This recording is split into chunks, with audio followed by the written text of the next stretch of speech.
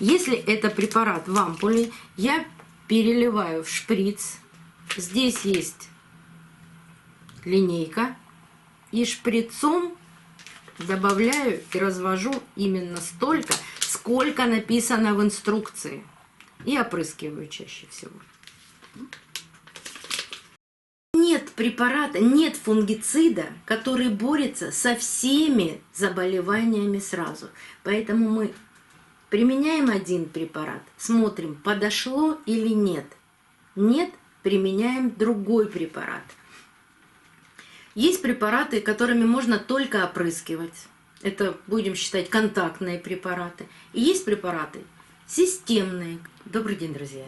Сегодня поговорим про аптечку для орхидей. Покажу вам те препараты, которые я использую.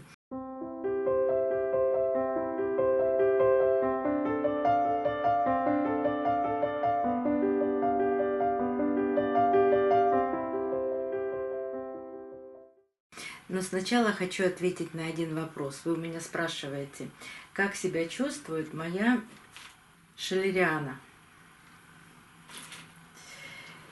Чувствует она себя неплохо. Растет, правда, очень медленно. 2 раза цвела за это время. В этом году тоже выпустила цветонос, но все 3 цветоноса, которые она выпускала, как бы это вам объяснить, она его закручивает, и он вот так растет. Если он сможет пробиться через другой листик, выйти вверх, то он выходит. Вот так получилось с 2 прошлыми цветоносами. А в этом году она его скрутила и попыталась его развернуть потом, и у нее не получилось. Она его сама сломала. Я никогда не вытаскиваю из-под листья цветоноса, потому что это тоже часто грозит сломом. В общем, не получилось в этом году цветение, но зато она очень активна. После того, как она поняла, что цветоноса не будет, вот у нее появились новые корешки, молодые, поэтому она перешла в фазу роста.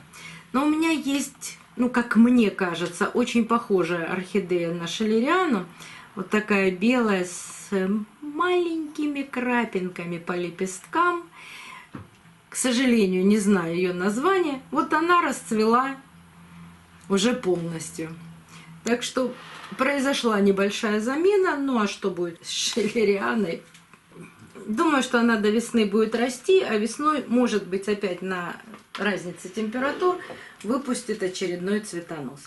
Ну а теперь о аптечке. Я вам в прошлом году, в конце прошлого года рассказывала, как я борюсь с клещом, как я борюсь с мучнистым червецом, трипсом и щитовкой, если они вдруг появляются. Но нужно обязательно знать, что после того, как вы провели борьбу с вредителями, нужно орхидею лечить. Потому что и акарициды, и инсектициды,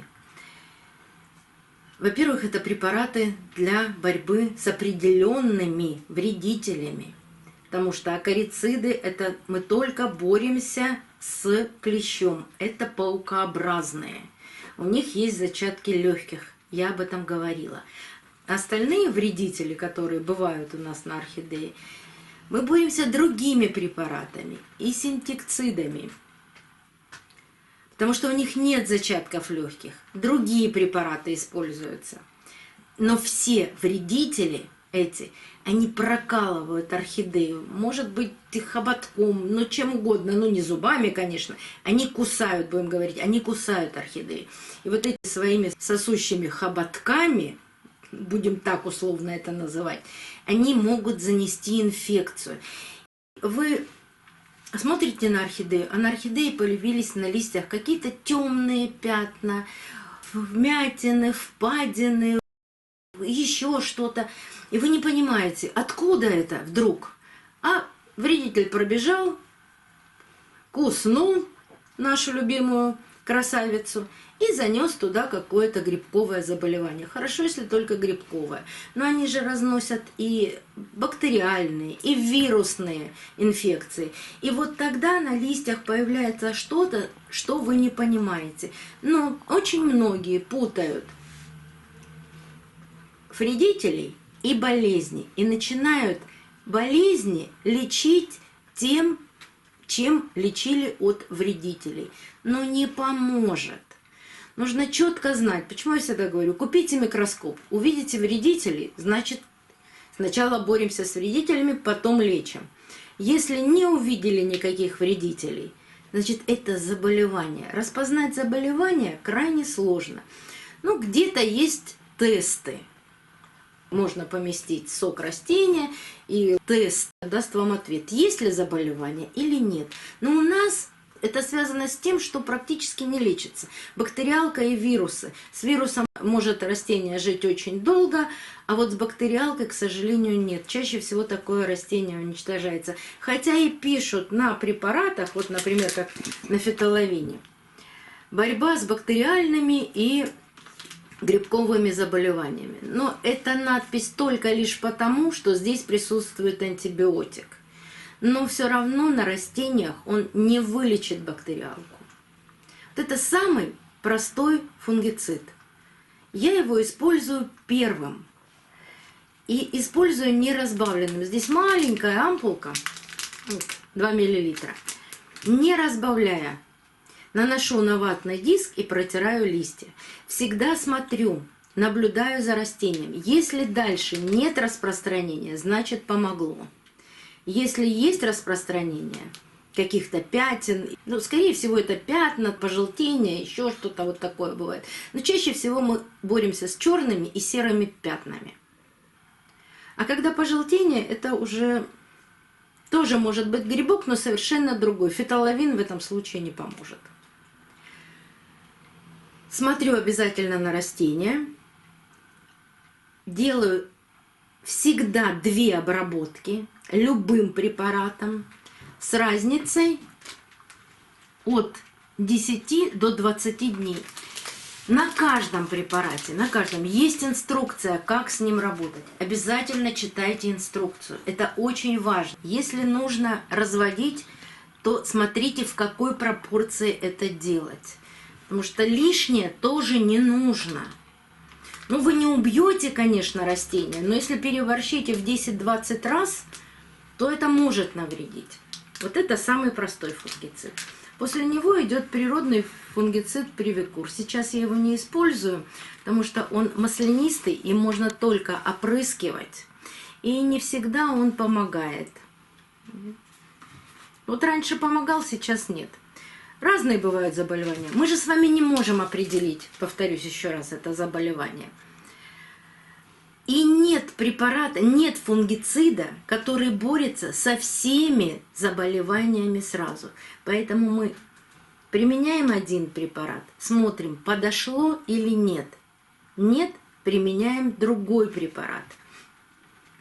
Есть препараты, которыми можно только опрыскивать. Это, будем считать, контактные препараты. И есть препараты системные, которыми можно поливать растения. И этот препарат с соком растения будет проходить по всем клеткам и лечить изнутри.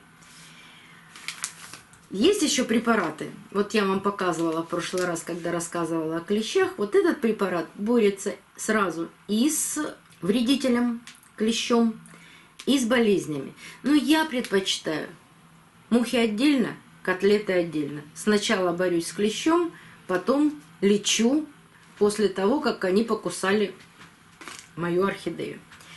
Есть препараты в моей аптечке. Ревус, Геката, Райк, Хорус, прекрасный препарат. И еще я пользуюсь Скором. Мне тоже очень нравится, но на данный момент он у меня закончился. Не протираю листья только фитоловином. Остальные для опрыскивания. Но есть и препараты, которыми можно, например, замачивать корни. Я очень люблю препарат Максим.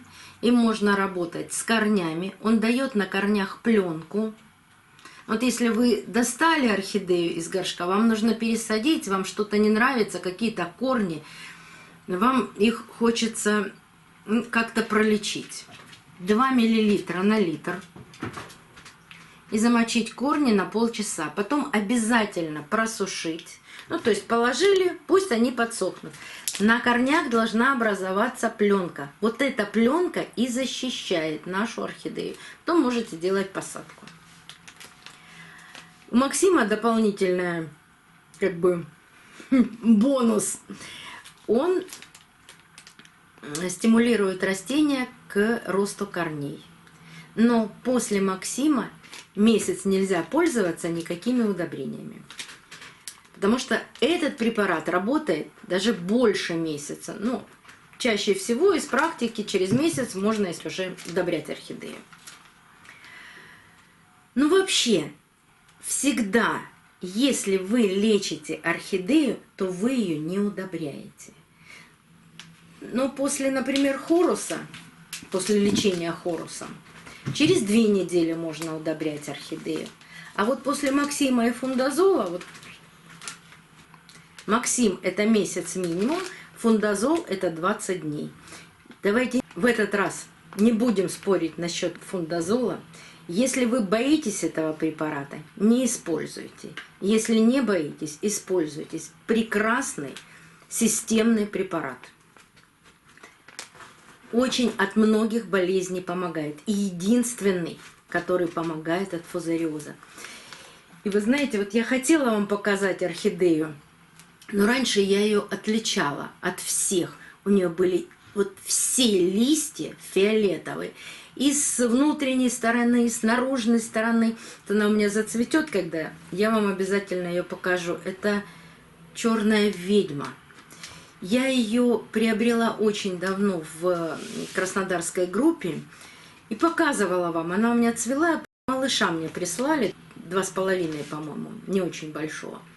Но красивая очень орхидея. Но листья стали полностью фиолетовыми, вот такого цвета. И я уже думала, что все, она погибнет. Сейчас, если вот повернусь и увижу ее здесь. Вот она. Да, вам повезло.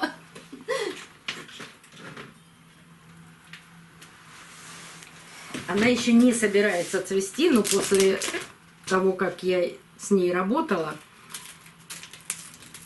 я не думаю, что ей сейчас можно цвести. Вот сейчас ничего на этих листьях, вот 3 старых листа, они были полностью фиолетового цвета.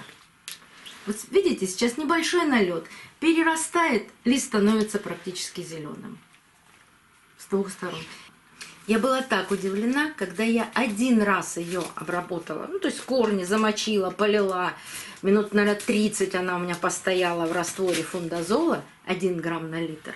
И через 2 недели я увидела, что листья позеленели. Это единственный случай за много-много лет, когда фундазол сработал вот так. Обычно, когда листья становятся фиолетовыми, ничего вы с ними не сделаете, пока они сами не отвалятся. А вот здесь, ну, что-то невероятное получилось. Вот видите, сейчас растут листья зеленые, да, с небольшими вот такими фиолетовыми крапинками, перерастают потом в зеленый лист. Все прекрасно. Вот такие тоже чудеса бывают.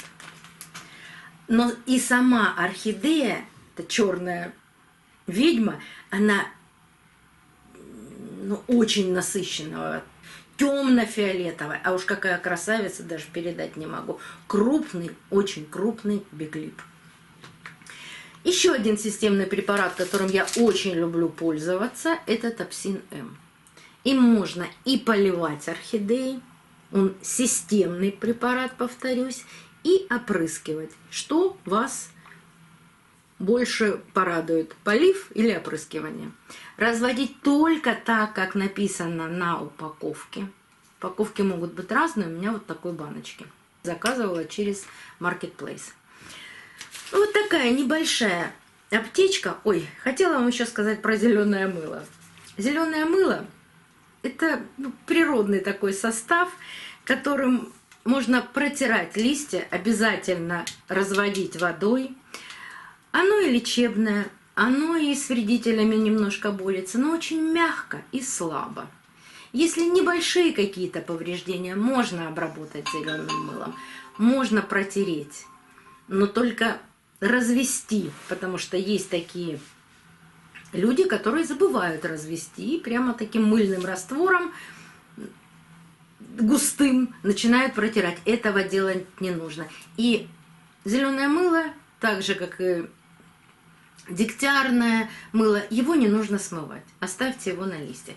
И вообще, я считаю, что если у вас большая коллекция орхидей, хотя бы 2 раза в год профилактически нужно опрыскать орхидеи самым простым и недорогим препаратом. Лучше предотвратить какие-то заболевания, например, весной. Когда вы начинаете открывать широко окна, когда к нам залетает все, что только может залететь, начиная от комаров и заканчивая трипсами, вот нужно опрыскать сначала. Не от вредителей, нет, потому что препараты от вредителей, они работают на орхидеи от 10 до 20 дней. А какими-то фунгицидами, чтобы даже если залетел вредитель и покусал орхидею, он все равно не причинил ей большого вреда. Поэтому весной и осенью. То есть весной для того, чтобы предотвратить, осенью, если уж что-то случилось, то полечили. Но каждый препарат нужно внимательно почитать инструкцию. Если что-то непонятно, у вас под рукой всегда телефон, интернет, Google. Почитайте внимательно. Не смотрите блогеров, почитайте то, что пишут. Это значительно интереснее и информативнее. Я сама сначала перед применением какого-то препарата, Максим, Фундазол, Топсин, я всегда применяю, я знаю, как ими пользоваться. Но если какой-то новый препарат, а в магазинах у нас просто море препаратов, если вы его приобретаете перед применением, обязательно прочитайте все, что вы можете прочитать об этом препарате. Поэтому я вам не рассказываю вот об этих препаратах, которые я пользуюсь, развожу по инструкции, использую. На листьях практически ничего нет. Но, конечно, все бывает. Принесешь какую-нибудь новую орхидею домой, а на листьях какие-то крапинки, капельки. Все это нужно обязательно лечить и делать профилактику. Но это бывает крайне редко. Я не лечу орхидеи каждый день. И даже раз в месяц этого не делаю, потому что нет этого ничего, нужно просто внимательно за этим наблюдать и вовремя делать какие-то профилактики. Поэтому я вам не рассказываю каждый день о лечении орхидей.